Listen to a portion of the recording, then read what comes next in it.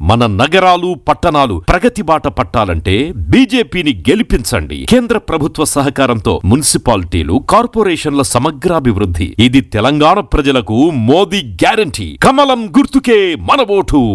Save Telangana. Vote for BJP. మీకేమన్నా గిన్ని పైసలు ఇస్తాం, మీకేమన్నా వచ్చిందా? మీకు న్యాయం జరిగిందా? ఇలా కాంగ్రెస్ పార్టీ ముఖ్యమంత్రి ఏమన్నా తెలుసా? ఢిల్లీ పోయి ముఖ్యమంత్రి 2,500 రూపాయలు 4,000 రూపాయలు ఎందుకు ఇస్తారో సార్ అని పేపర్లో అడిగితే, ఎక్కడియే నన్ను కోసి వండుక తిన్నా నా దగ్గర ఒక్క పైసా అంటున్నాడు. నన్ను కోసి వండుక తిన్నా ఒక్క పైసా లేదంటున్నారు.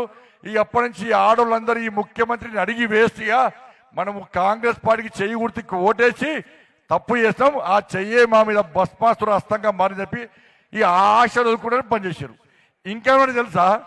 ముఖ్యమంత్రి ఏమన్నా తెలుసా? ఢిల్లీ పోయి అది చెప్తానే వస్తుంది. మీడియా మీద కూడా నవ్వేనియో, నేను ఢిల్లీ పోతానట, ముఖ్యమంత్రి ఢిల్లీ పోతారట.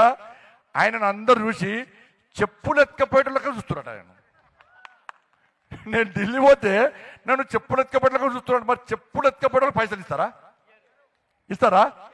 మరి ఎక్కడ చేసే పైసలు చెప్పు. ఇవాళ మీరు కాంగ్రెస్ పార్టీకి చేయి గుర్తుకు ఓటేస్తారు. ముఖ్యమంత్రి పైసలు లేవన్నాడు, కుల్లా అయిపోయి టీవీలు చూసినట్టు లేవన్నాడు. మొన్న చెప్పడానికి వచ్చి మీకు రూపాయి ఇవ్వలే, నన్ను తిట్టిపోయానికి అంతే. నన్ను తిట్టడానికి మీటింగ్ పెట్టాడు. ఇవాళ తిట్టిపెట్టి తప్ప ఒక్క పైసా చెప్పదానికి ఇస్తానడా? మరి ముఖ్యమంత్రి పైసలు ఇవ్వన్నాడు, అయిపోయా. ఇక బీఆర్ఎస్ పార్టీలు నా గర్క నా ఘాట్కా, వాళ్ళు ఇక్కలేరు అక్కలేరు, అయిపోయిందా? మరి చెప్పదండిలో అభివృద్ధి జరగాలంటే కాంగ్రెస్ పార్టీ వాళ్ళు ఏమంటారంటే, ఇంకా 3 సంవత్సరాలు మేమే అధికారంలో ఉంటాం కాబట్టి మాకు ఓటేయాలి అంటున్నారు. ఈ 2 సంవత్సరాల్లో చెప్పదానికి ఒక్క పైసనని ఇచ్చిర్రా? ముఖ్యమంత్రి వచ్చే మీకు అంత ఇంత పెద్ద చేయి చూపెట్టిపోయాడు. మన కాంగ్రెస్ పార్టీకి ఓటేస్తే ఎట్లా అభివృద్ధి జరుగుతుంది? ఎట్లా జరుగుతుంది చెప్పన్నా? మీ ఇంటి పన్ను పెంచుతారు. కాంగ్రెస్కి ఓటేస్తే ఈ అభివృద్ధి, ఎందుకంటే ముఖ్యమంత్రి గారి పైసలు మరి చెప్పదండి అభివృద్ధి కావాలి. జీతాలు ఇచ్చే పరిస్థితి లేదు చెప్పదండి. మున్సిపాలిటీలో రోడ్లు వేసే పరిస్థితి లేదు, లైట్లు పెట్టే పరిస్థితి లేదు, పైప్ ఇచ్చే పరిస్థితి లేదు. కాంగ్రెస్ పార్టీకి ఓటేస్తే ఏం చేస్తారంటే మీ ఇంటి పన్ను పెంచుతారు, మీ నల్లా పన్ను పెంచుతారు, మీ కరెంటు ఛార్జీలు పెంచుతారు. అవి కూడా సరిపోకుంటే చొప్పదని మీద రోడ్డు మీద నడుస్తా కూడా ట్యాక్స్ చేస్తారు. వేస్తారా? ఇలా మాకేస్తే పువ్వు గుర్తుకేస్తే మాకు ఓటు వేయకుండా ఇన్ని పైసలు పట్టుకొస్తాం మేము. ఇవాళ మాకు అవకాశం ఉంది, ఢిల్లీ నుంచి పైసలు తీసుకొస్తా నేను.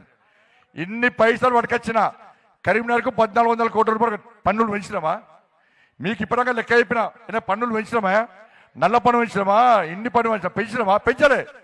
ఇవాళ మాకు ఓటేస్తే నరేంద్ర మోడీ గారి దగ్గర నుంచి పన్నులు పెంచకుండా నిధులు నేను తీసుకొస్తా. పన్నులు పెంచి అభివృద్ధి కావాలంటే కాంగ్రెస్ పార్టీ రూపుకోరి.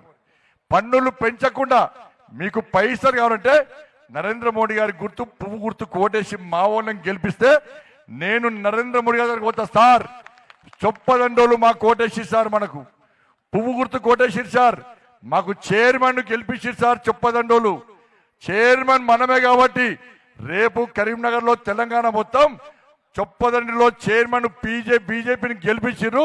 ఇగో అద్దంలో తీర్చిదిద్దినాం చొప్పదండిని, ఒక మోడల్ చొప్పదండిగా తయారు చేస్తామని చెప్పి మేము తెలంగాణ మొత్తం చూపడతాం. అక్కడ నేను చూపడతాక అభివృద్ధి చేసే అవకాశం మోసపోకండి దయచేసి.